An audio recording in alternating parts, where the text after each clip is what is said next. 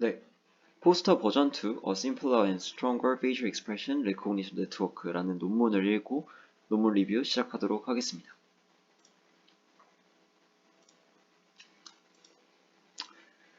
Facial Expression Recognition, 줄여서 FER이라는 태스크는 굉장히 중요하게 대두되고 있는데요.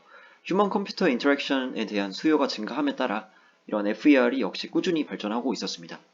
이 FER은 결국 기계가 인간의 얼굴 표현을 통해 감정을 이해하게 하는 것이 목표인데요. 이러한 휴먼 컴퓨터 인터랙션 분야에서 중요한 역할을 수행할 수 있고, 이러한 강력한 Expression Understanding Ability가 있다면 심리학, 지능형 로봇, 지능형 감시체계, 그리고 가상현실과 같은 여러 분야에 적용될 수 있을 것입니다. 초기 FER 연구에서는 수동으로 직접 만든 매뉴얼 피처를 사용을 하였습니다. 하지만 이런 방법들은 이제 실제 세계와는 당연히 맞지 않았기 때문에 단점이 존재하였는데요. 그 후 딥러닝이 발전하면서 Convolutional Neural Network를 사용하는 CNN 방법을 통해서 이제 이 FER을 성능을 향상시키고 있었습니다. 이전 연구보다 훨씬 로버스트니스했지만 Convolutional Local Receptive Field라는 단점이 존재했기 때문에 결국 이미지의 글로벌한 인포메이션을 받지 못한다는 점이 단점이었습니다. 그 후에 이제 트랜스포머가 나오고 비전 트랜스포머가 등장하게 되면서 이전 방법의 문제였던 글로벌 인포메이션까지 고려할 수 없었던 문제가 결국 해결이 되면서 이제 더 좋은 성능이 향상되었습니다. 하지만 여전히 크게 세 가지 단점이 존재했는데요. 첫 번째는 인터클래스 시밀러리티가 있었고, 두 번째는 인트라클래스 디스크러펀시, 세 번째는 스케일 센서티비티입니다. 이 각각에 대한 단점은 뒤에서 더 설명드리도록 하겠습니다. 지금 포스터 버전 2지만 이전 논문이었던 그냥 포스터에서는 비전 트랜스포머에서 더 나아가서 인터클래스 시밀러리티, 즉 같은 사람의 얼굴임에도 불구하고 입술 부분의 작은 변화에도 다르게 감정을 추정을 해야 되는데요. 이러한 부분을 인터클래스 시밀러리티라고 합니다. 클래스 간의 유사도가 더 떨어져야 되는 것이 문제인 건데, 이러한 인터클래스 시밀러리티 문제를 해결을 하였고, 인트라클래스 디스크러펀시, 즉 다른 사람의 얼굴임에도 불구하고 같은 카테고리인 경우에 이러한 거리를 줄여야 되는 것이 문제였습니다. 지금 예시로 나와 있는 그림에선 성별이 다르고 나이도 다르지만 같은 웃고 있는 사진이라는 점에서 해피니스를 뽑아내야 되기 때문에 이러한 인트라클래스 디스크러펀시를 줄이는 것이 문제가 될 수 있었습니다. 그 다음 스케일 센서티비티인데요. 저희가 결국에 사용하게 될 사진들은 각기 다른 해상도와 다른 크기들을 갖고 있습니다. 그래서 이러한 그 이미지를 연구하는 그런 머신러닝이나 딥러닝 과정에서 해상도가 다르고 크기가 다른 것은 성능 향상에 크게 문제가 되기 때문에 이러한 스케일 센서티비티도 해결해야 되는 문제로 대두되었습니다. 하지만 포스터에서는 여러 방법들을 통해서 이런 문제들을 해결을 하였는데요. 그럼에도 불구하고 여전히 단점이 존재했습니다. 첫 번째는 huge number of parameter라고 해서 이제 파라미터의 수가 굉장히 크다라는 게 단점이었고, 그러다 보니 컴퓨테이셔널 코스트가 비싸게 측정된다는 것이 단점이었습니다. 결국 포스터 버전 2는 이러한 문제를 해결하기 위해 포스터에서 더 발전된 방법이라고 볼 수 있겠습니다. 위의 문제를 해결하기 위해서 포스턴 버전 2, 포스턴 플러스 플러스는 이제 세 가지 측면을 통해서 성능 향상을 도모하였는데요. 첫 번째는 투 스트림입니다. 그 포스터에서 원래 사용했던 두 개의 스트림이었던 투 스트림을 하나만 납두고 하나는 제거하는 방식을 통해서 해결을 하고자 하였고, 크로스 퓨전에서는 포스터에서는 원래 바닐라 크로스 어텐션을 사용을 하였지만 이 바닐라가 아니라 윈도우 베이스를 사용을 하면 크로스 퓨전에서 코스트까지 더 줄일 수 있는 방법이 되기 때문에 이러한 방법을 사용을 하였습니다.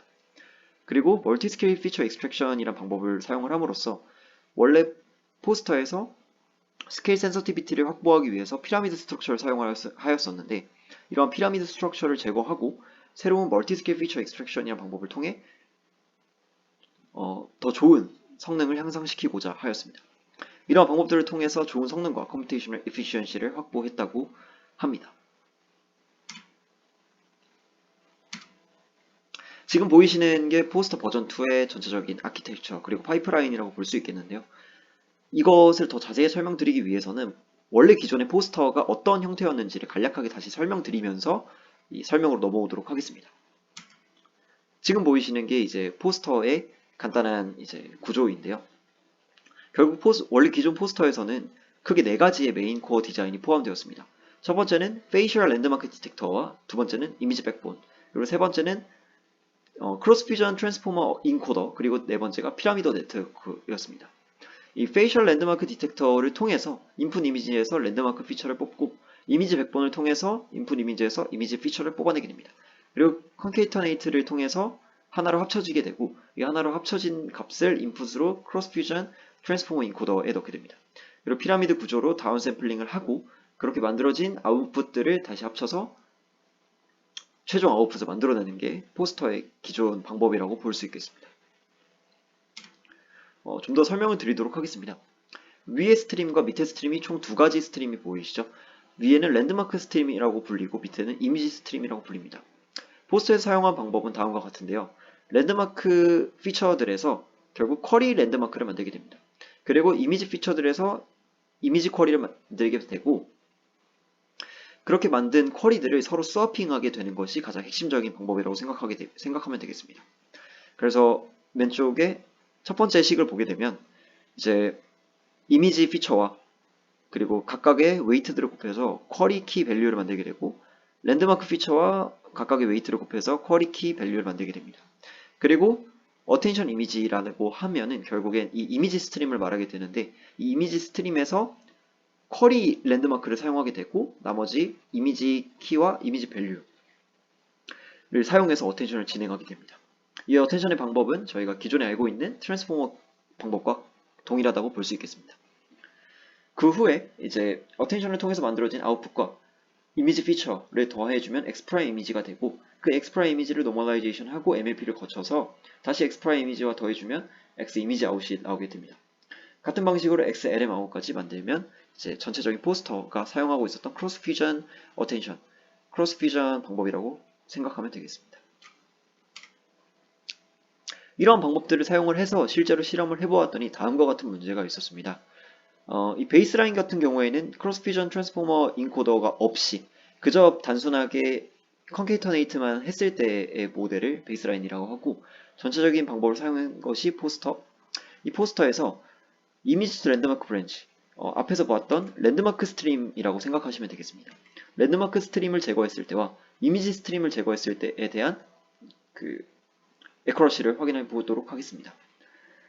랜드마크 스트림만 지웠을 때는 굉장히 소폭 감소했지만 이미지 스트림을 제거했을 때 더 많이 감소된 것을 볼 수 있겠죠.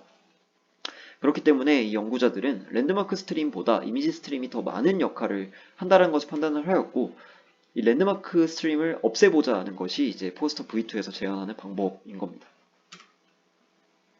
더 깊게 설명을 드리자면 결국 랜드마크 투 이미지 스트림이라는 것은 랜드마크 피처를 통해서 랜드마크 쿼리를 만들게 되고 이미지 스트림에게 전달하여서 크로스 어텐션을 진행하는 스트림을 의미합니다. 랜드마크 쿼리에 의해서 페이셜 익스프레션의 그 세일리언트한 레이지온을 쉽게 표현 가능하다고 적혀 있는데 이 말은 결국엔 이제 랜드마크 쿼리를 통해서 이 얼굴 표현의 주된 지역을 더 쉽게 구별하게 됩니다. 그렇다는 것은 서로 얼굴이 달라도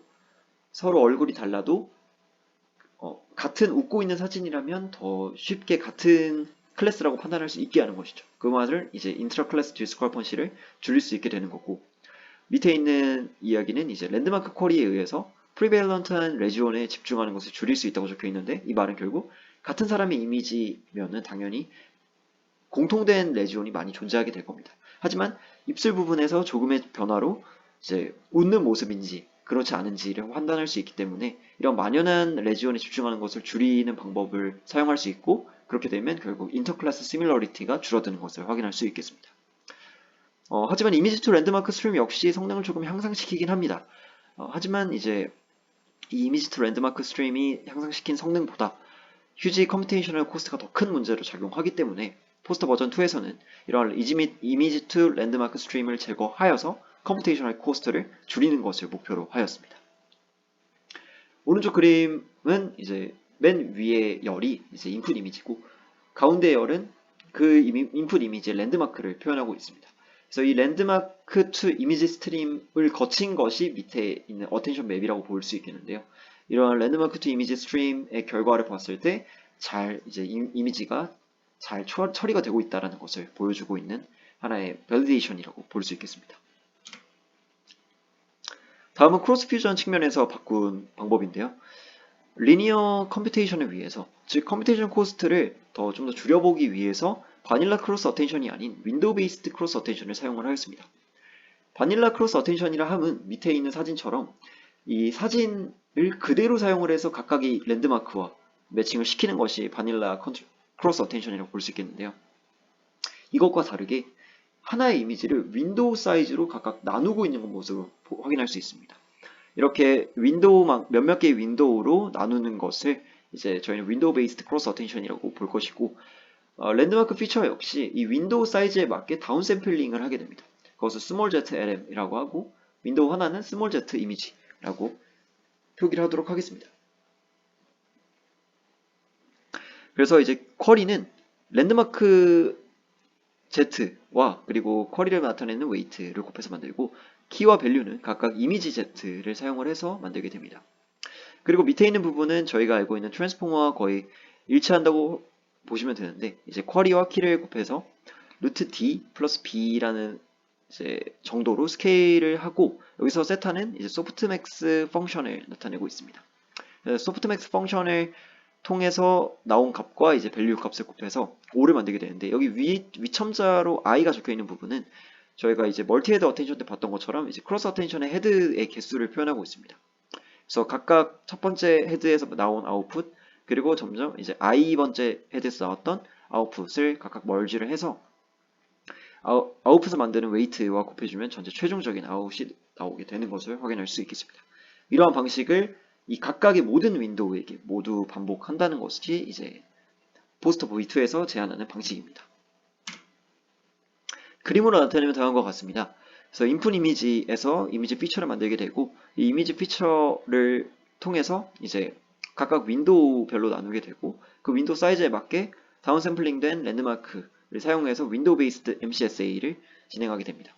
멀티헤드 크로스 셀프 어텐션이라고 확인하시면 되겠고, 그렇게 만들어진 아웃풋과 그리고 이미지 피처를 다시 더해주면 X' 이미지가 나오게 됩니다. 이 X' 이미지를 노멀라이제이션 하고 MLP를 거친 다음 다시 X' 이미지와 더해주면 최종적인 X 이미지 아웃이 나오는 것을 확인할 수 있겠습니다.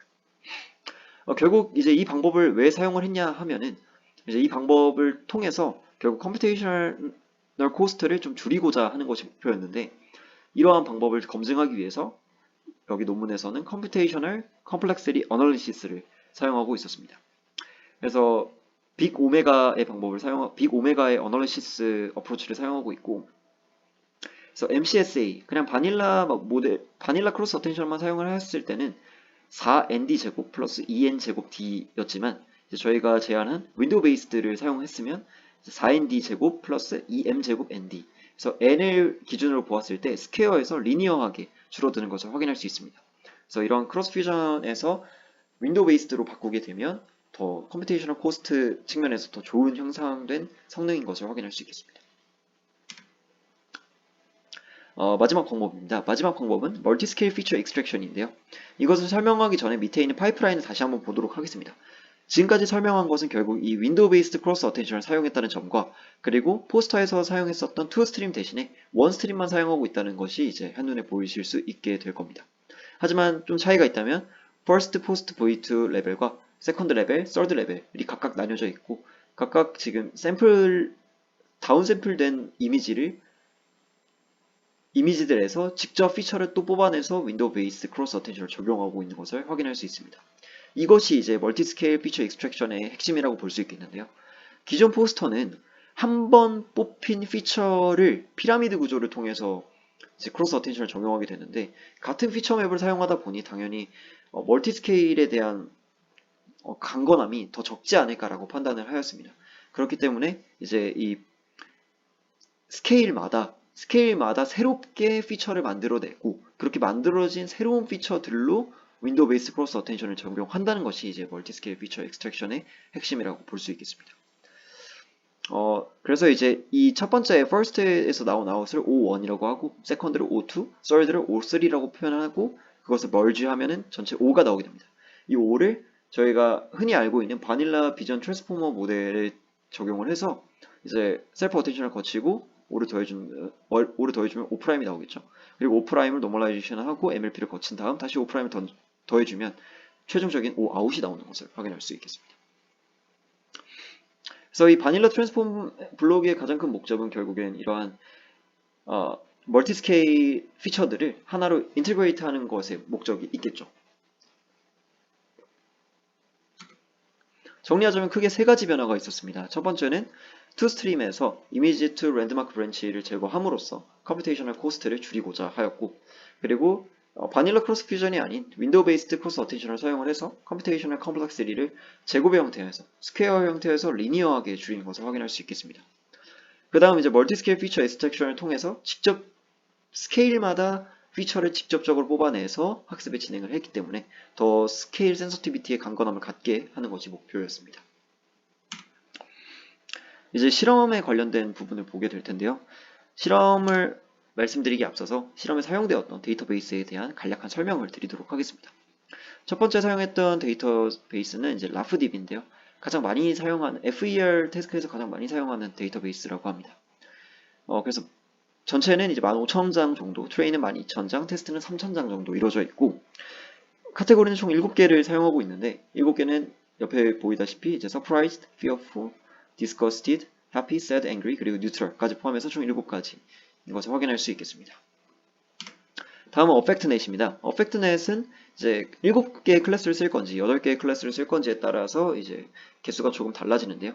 다음과 같고, 이모션 카테고리는 앞에서 봤던 7개의 클래스의 컨템트를 합치게 되면 8개가 되고, 이것을 빼게 되면 7개가 되게 됩니다. 다음은 CARS라는 데이터베이스인데요. 이것은 결국 제 오른쪽에 보이시는 영상에서 각각의 프레임에 해당하는 감정들을 이제 데이터 셋으로 만들게 됐습니다. 그래서 이제 토탈은 66,000장 정도 되고, 트레인은 45,000장, 테스트는 21,000장 정도인 것을 확인할 수 있고, 이모션 카테고리 역시 앞에서 봤던 7가지와 동일합니다. 그래서 전체적으로 한번 정리를 하자면 다음과 같습니다. 그래서 라프DB, affectNet, CAERS를 사용하고 있고, 트레인 사이즈와 테스트 사이즈, 클래시스는 다음과 같습니다. 네, 지금까지 있었던 SOTA FER 메소드와 비교한 이제 전체 표라고 볼 수 있겠는데요. 포스터를 제외했을 때 가장 좋아하는 성능을 보였던 트랜스퍼와 비교를 해보도록 하겠습니다. 이 트랜스퍼는 라프DB에서 90.91이라는 애커러시를 자랑하고 있는데요. 포스터 같은 경우에는 92.05로 이것보다 더 큰 향상이 보였지만, 포스터 플러스는 이러한 포스터보다 더 좋은 성능을 달성했다는 것을 확인할 수 있습니다. 어펙트넷에서 7개의 클래스만 사용을 했을 때 역시 트랜스퍼보다 포스터가 더 좋았고, 포스터보다 포스터 플러스에서 더 좋은 성능을 보여주고 있습니다. 그리고 8개 클래스 역시 이제 포스터 V2가 SOTA를 달성하고 있는 모습을 확인할 수 있습니다. 네, 다음 표는 이제 클래스 와이즈, 이제 클래스별로 얼만큼의 애크러시를 보이고 있는지를 측정한 실험인데요. 이때는 메소드를 포스터와 그리고 포스터 V2를 비교를 하였습니다. 여기서 조금 주목해야 될 점은 포스터 플러스가 포스터보다 모든 클래스에서 좋은 성능을 보이는 것은 아니라는 것입니다. 그래서 몇몇 개의 클래스에서는 오히려 안 좋은 성능을 보이고 있고, 실제로 라프DB에서는 애크러시 민이 더 안 좋은 성능을 보이고 있습니다. 어펙트넷에서는 포스터 V2가 더 좋은 성능을 보이곤 있지만, 이렇게 크게 대폭 상승했다라고 보기는 어렵습니다. 하지만 그럼에도 불구하고 이 논문에서 포스터 V2가 SOTA라고 주장하는 이유는 뒤에서 더 설명드리도록 하겠습니다. 네, 다음은 아까 보았던 데이터베이스인 CAERS에서의 리절트입니다. 그 전에 있었던 가장 좋았던 모델의 성능은 89.88이었지만 포스터에서 92.73으로 대폭 상승하였고, 포스터 V2는 포스터보다 더 좋은 애큐러시를 보이고 있는 것을 확인할 수 있습니다. 이 부분이 굉장히 중요한 부분인데요. 결국엔 포스터 V2는 포스터가 갖고 있었던 문제였던 파라미터의 수가 굉장히 많고 컴퓨테이셔널 코스트가 너무 높게 측정됐었던 부분을 해결하기 위해 나온 모델입니다. 그래서 이 플로팅 포인트 오퍼레이션과 파라미터의 수의 측면에서 보는 것이 이제 중요한데요. 포스터의 가장 작은 모델이었던 포스터 T. 포스터 T는 결국 타이니 버전으로 이제 트랜스포머 인코더의 뎁스를 4층으로만 이루어진 것을 의미합니다. 가장 작았던 모델이었던 포스터 T보다 파라미터의 숫도 대폭 감소하였고, 플롭스 역시 굉장히 적은 양인 것을 확인할 수 있습니다. 하지만 그럼에도 불구하고 포스터보다 더 좋은 성능을 보이고 있기 때문에 포스터 플러스가 굉장히 좋은 성능 향상에 기여를 하였다라는 것을 확인할 수 있겠습니다.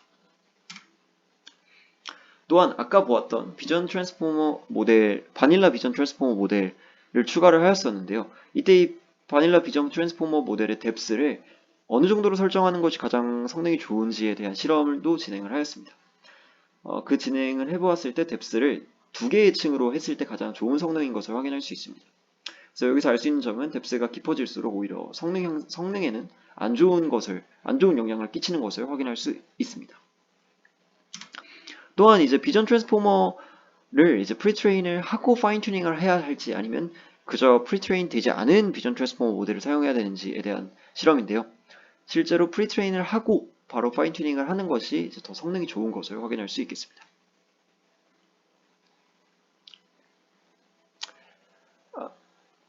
어블레이션 스터디입니다.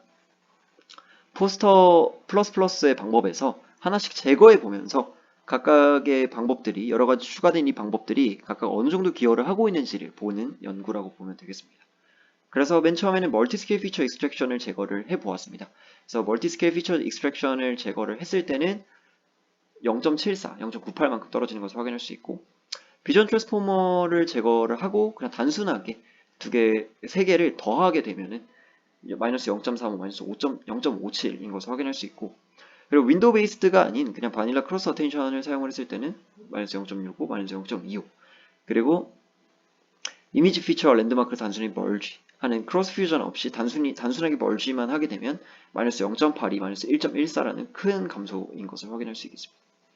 그래서 이런 부분을 봤을 때 포스터 V2에서는 이제 효과적인 방법을 잘 선택하고 있다는 것을 한 번 더 강조하고 있습니다. 네, 정리하겠습니다. 정리를 하자면 결국 이 포스터 V2는 기존의 포스터 방식에서 투 스트림이었던 이제 랜드마크 스트림과 이미지 스트림 중에 이 이미지 스트림만 남기고 랜드마크 스트림은 없애는 방식을 선택을 하였습니다. 그래서 이 방법을 통해서 파라미터의 수도 적게 되고 컴퓨테이셔널 코스트 역시 줄게 되었습니다.